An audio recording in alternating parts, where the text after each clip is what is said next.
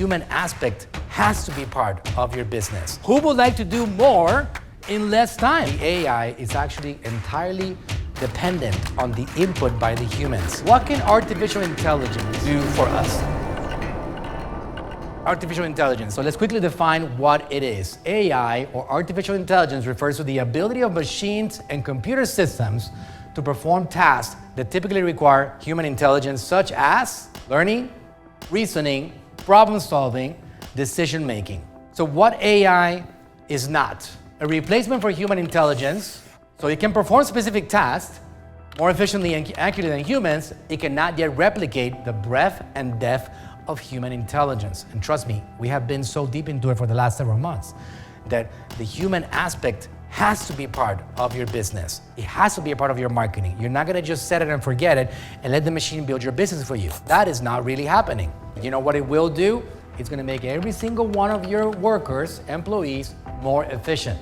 And if they don't start using it, they're quickly gonna become irrelevant in that company. It is your job as the executive, as the CEO, as the marketing officer of that company to ensure that the people that are in that company use that technology because it maximizes their ability to produce. 10 times, 20, 100 times, sometimes more. Who would like to do more in less time, right? Who understands that the most valuable commodity that we have is called time? How much faster can we accomplish our goals if we had more time in our hands, right? This is what it's all about, guys. It's not about like the world being taken over by robots. It's about an ability for us to do more with our time. 85% of businesses fail within the first 10 years. Historically, you have a 15% chance of being around 10 years from today. What do you think is going to be the biggest reason for failure for most businesses? Anybody wants to volunteer and answer? Number one. Undercapitalized. I have another way of answering that. Humans. And why am I saying humans? Because the biggest cost and expense in any organization is the human workforce. On average, 70% of a company's money is given to other humans that are working for that company, which means that your answer is correct because you don't have enough funds to keep that business going because you have to pay for your humans to deliver the work. If you had enough capital to keep on paying for your humans and you have enough conviction for your products and services, you know what? You stay in business. Let's just use common sense for a moment. What can artificial intelligence do for us? Can it make us geniuses? This is an excerpt from the book, and it says, an important note, artificial intelligence is a tool. And like every other tool in our shared world, its power lies entirely in the hands of the user. AI doesn't transform ordinary humans into geniuses. Rather, it turns human geniuses into more efficient human geniuses, and regular non-genius humans into far more efficient non-genius humans. The key word here being efficient. Being able to do more with less time.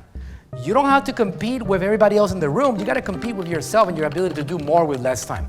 That's what it's all about. At the end of the day, you have your own goals, your own targets, your market, whatever that may be, already exists. Because if you didn't, you wouldn't have a demand unless you are inventing rocket ships and doing things like Elon Musk and all these people that are creating things that are revolutionary. So all you gotta do is become more efficient with your time, and you can do more than your competition and then start getting yourself on a path to winning. So let's take up one of the reasons for business failures. Failure to adapt to changes. Even some major businesses we've all been familiar with have failed on this one point. Why did Kodak fail? Why did Nokia fail? 4 biggest reasons why Yahoo failed. All of it boils down to the same thing. They failed to innovate. They failed to adapt. One of the biggest changes today is the broad availability of artificial intelligence.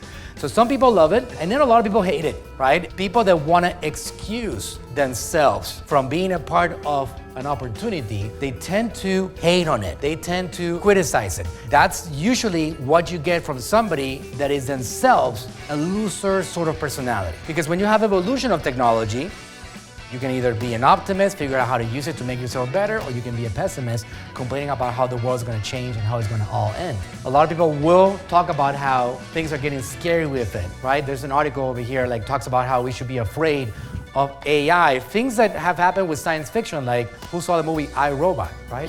Here's a movie. Will Smith, they took over and they ended up attacking the humans and almost got in control of the world. That, my people, I promise you, is not happening because the AI is actually entirely dependent on the input by the humans, 100% dependent on it. It evolves and it makes things, calculations that are in your wildest dreams not possible, and it makes you faster, but it's still going to depend on a human input, all right? That's why geniuses will become better geniuses with the tool.